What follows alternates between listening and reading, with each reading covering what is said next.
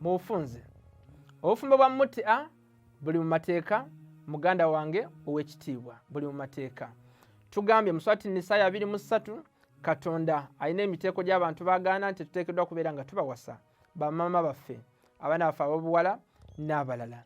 Mu Surati Nisa 24 n'agamba miteeko 3 gy'annyonnyola. Bano abagendanga abaddu, bano abakyala abagendanga abaddu, yagamba nti singa baali beesiimaganye, yagamba nti singa beesiima onfuna bulungi bakama baabwe basobola okubawa amahale ne beewasa okukendeeza obusosoze. Onfuna bulungi muganda wange w'ekitiibwa.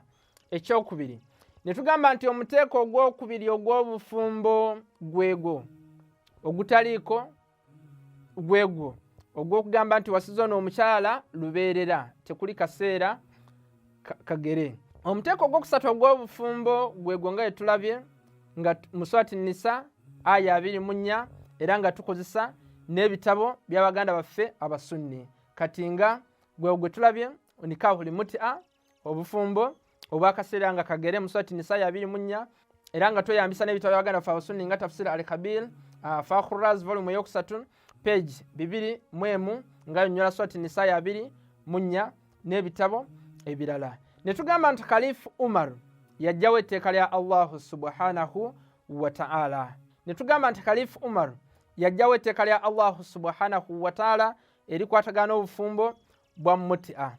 Era ne tweyambisa ne tafsir n'ebitabo by'abaganda baffe abasunni nga Tafsir Ibn Kathir volume esooka page 233.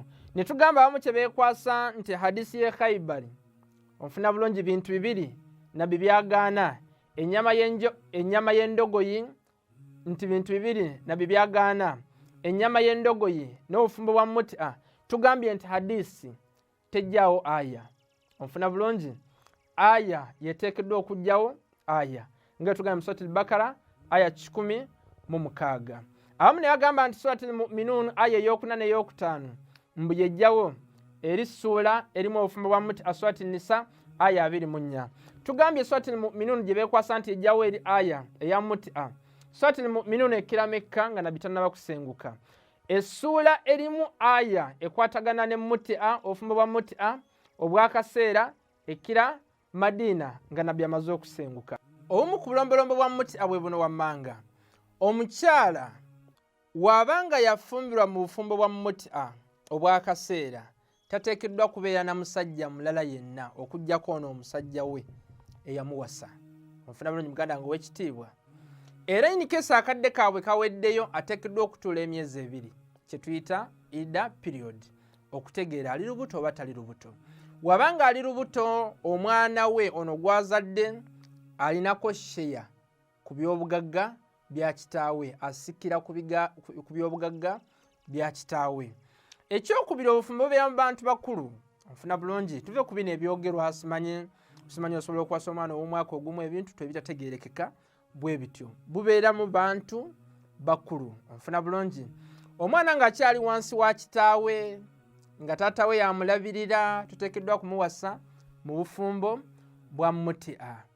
N'olwekyo buno obufumbo bwa Mut'a ng'ogenda obukola mukanya akadde ke mugenda okumala. Onfuna bulungi n'amahale, onfuna bulungi gw'ogenda okuwa mukyala wo ne mukola akidi, onfuna bulungi kye muyita nneka, then we mumala kibeera gye muli nga inikesa akadde kaweddeyo okwongeza akakadde okwongeza mu maaso okusinziira kwa Amir al-Mu'minin Ali ibn Abi Talib.